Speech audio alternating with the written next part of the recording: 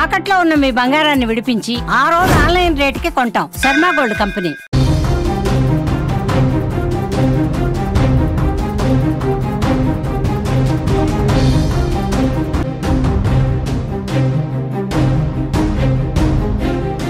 ముంబైలో మరో ఉగ్రదాడికి కుట్ర చేశారా? ప్రతీకారం కోసం పాకలాడుతున్నారా? ముంబైలో కనిపిస్తున్న తాజా పరిణామాలు చూస్తే అదే అనుమానం కలుగుతోంది. ఏదో జరుగుతుందనే సంకేతాలు కనిపిస్తున్నాయి.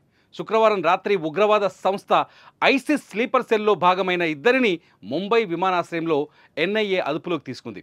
2023లో మహారాష్ట్రలోని పూణేలో ఐఈడీల తయారీ పరీక్షకు సంబంధించిన కేసులో వాంటెడ్గా ఉన్న అబ్దుల్లా ఫయాజ్ షేక్ అలియాస్ డ్రైవర్ వాలా తల్హా ఖాన్లను అరెస్ట్ చేశారు.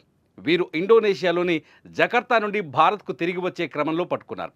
ఇద్దరు నిందితులు 2 ఏళ్లకు పైగా పరారీలో ఉన్నారని, వారిపై ముంబైలోని ఎన్ఐఏ ప్రత్యేక కోర్టు నాన్ బెయిలబుల్ వారెంట్లను కూడా జారీ చేసిందని ఎన్ఐఏ తెలిపింది.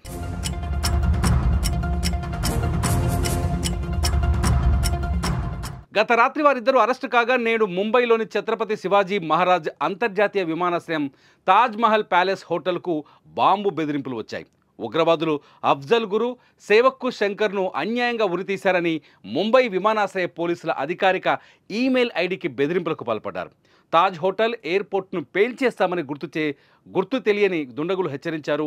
దీంతో పోలీసులు వెంటనే అలర్ట్ అయ్యారు. విస్తృత తనిఖీలు చేపట్టారు. ఈ బెదిరింపులకు ఎవరు పాల్పడ్డారనే విషయంపై దర్యాప్తు చేస్తున్నారు.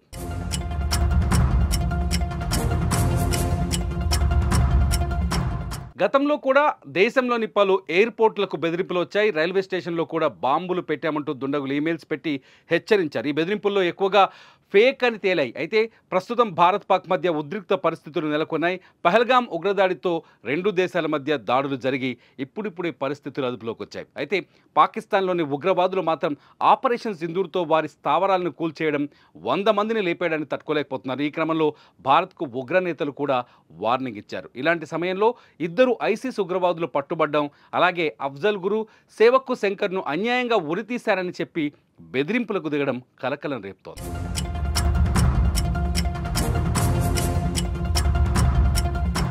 2021 డిసెంబర్ 13న పార్లమెంట్పై దాడి జరిగింది. 5 తీవ్రవాదులు పార్లమెంట్లోకి వచ్చి విచక్షణారహితంగా కాల్పులకు పాల్పడ్డారు. ఈ కాల్పులో 9 మంది ప్రాణాలు కోల్పోగా 15 మందికి పైగా గాయపడ్డారు.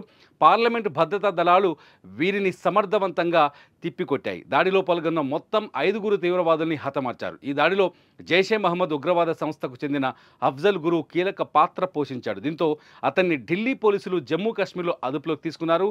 విచారణ అనంతరం 2006 సెప్టెంబర్ 26న అఫ్జల్ను ఉరి తీయాల్సిందిగా ఢిల్లీ కోర్టు ఆదేశించింది.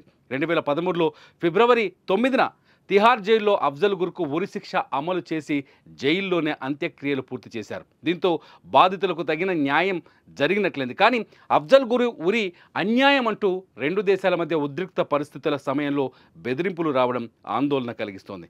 బెదిరింపుల నేపథ్యంలో Mumbai airport Taj Mahal palace hotel వద్ద భారీ భద్రతను ఏర్పాటు చేశారు.